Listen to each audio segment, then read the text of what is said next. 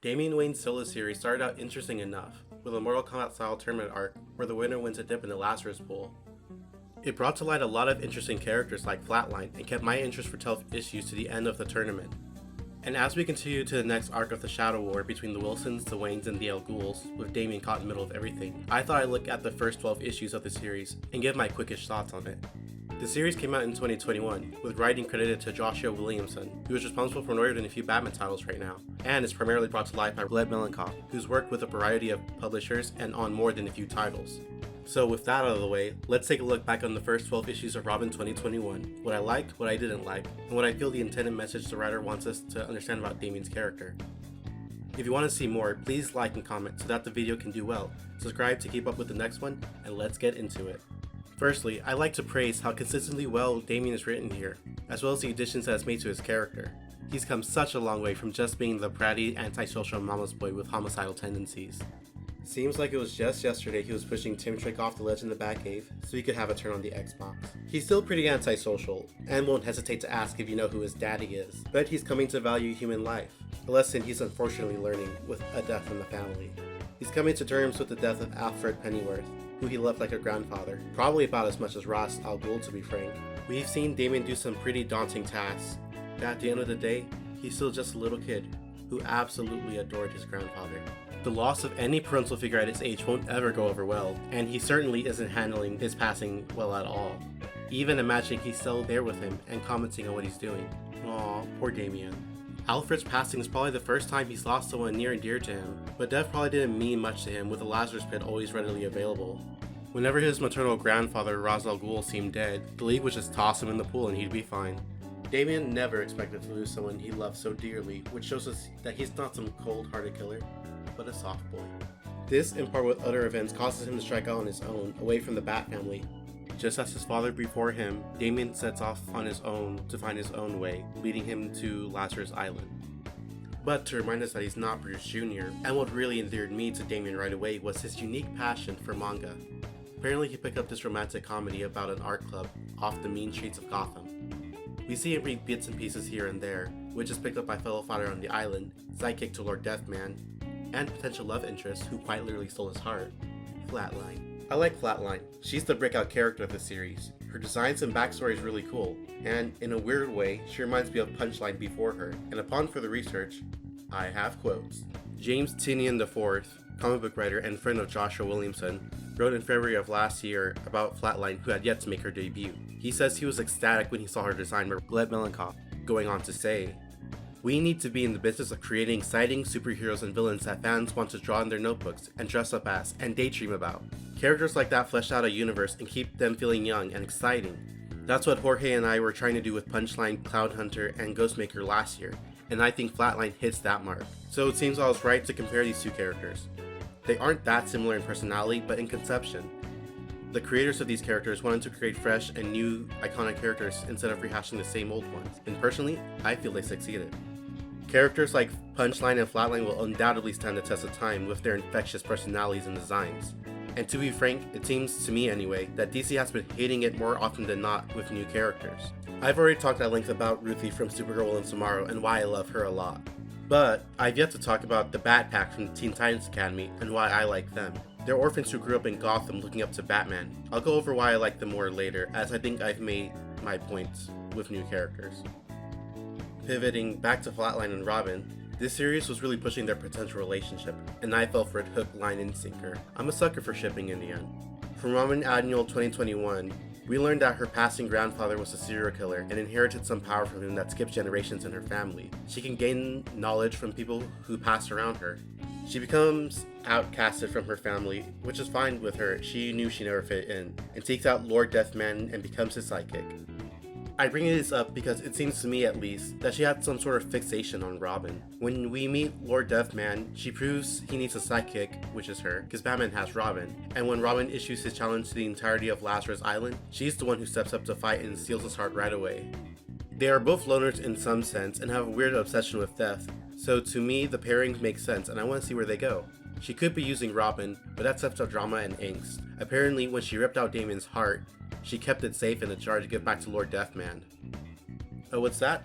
It's time for speculation and discussion, the part of the video where we cover popular theories. On today's segment, why did Flatline keep Damian's heart? Believe it or not, it's not just because she has a crush on him.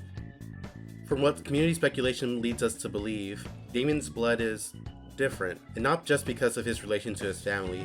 In a prior storyline, Damian Wayne had died, but instead of reviving him with the Lazarus Pit, as the pit is known to change the person revived, Batman went about it in a more complicated manner. This revival temporarily gave Damian superpowers which had waned over time. He's normal now, but is his blood the same? We, the community, believe Damian's altered blood holds some secrets. We don't know, but that's why it's speculation. If true, then it may seem Flatline was only interested in Damian's blood, making their romance fake and one-sided. Also, I'm issuing a disclaimer that this is not what everyone in the community believes, but what a large portion of people believe. It may end up being fake in the end, but that's why it's just speculation. But the idea of one loner using another loner? Truly angsty. This could cause our bratty teenage boy to experience his first real heartbreak. I'm living for this plotline of Robin 2021. Give it to me, Joshua. But Robin and Flatline aren't the only loners on this island. Everyone on this island can relate to each other in more than one way. Hawk is also on the island, the son of Oliver Queen, the Green Arrow.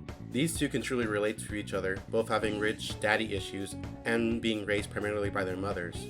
Speaking of daddy issues, Rose Wilson, the daughter of Deathstroke, was here on the island as well. She came to the island to find leads on her dad and why her dead brother's armor went missing. XXL is 10 years old and fights to improve his craft and his clout. And Respawn is the clone of Deathstroke with Talia al Ghul's egg as a base, making him also Damian's half-brother, who sort of looks like him. After being tortured by Ra's al Ghul for his whole life, he managed to escape the League and comes to the island to take out Robin. You know, like you do. This leads into Shadow War, but that's a video for another time. Basically, the island likes to attract certain folk, and by the time it's all over, everyone's basically cool with each other. One day after dark, when fighting is suspended, everyone gets around a campfire and tells stories about how badly each of them got beat up by Batman. This one dude was about to create the next Batman, so Batman original straps into the Batmobile and drags him around for several blocks. I approve of these people bonding over getting beat up by Batman. Anyway, back to the plot. The tournament is nice, and I like that while it's a set piece, it's not the entirety of the focus. If you watch anime, you know that the tournament arcs are set around each individual fight, but since everyone has 3 lives on the island, it's more of a free-for-all that goes on in phases. Phase 1 of the tournament is over when everyone has lost at least 1 life, at which point Phase 2 begins.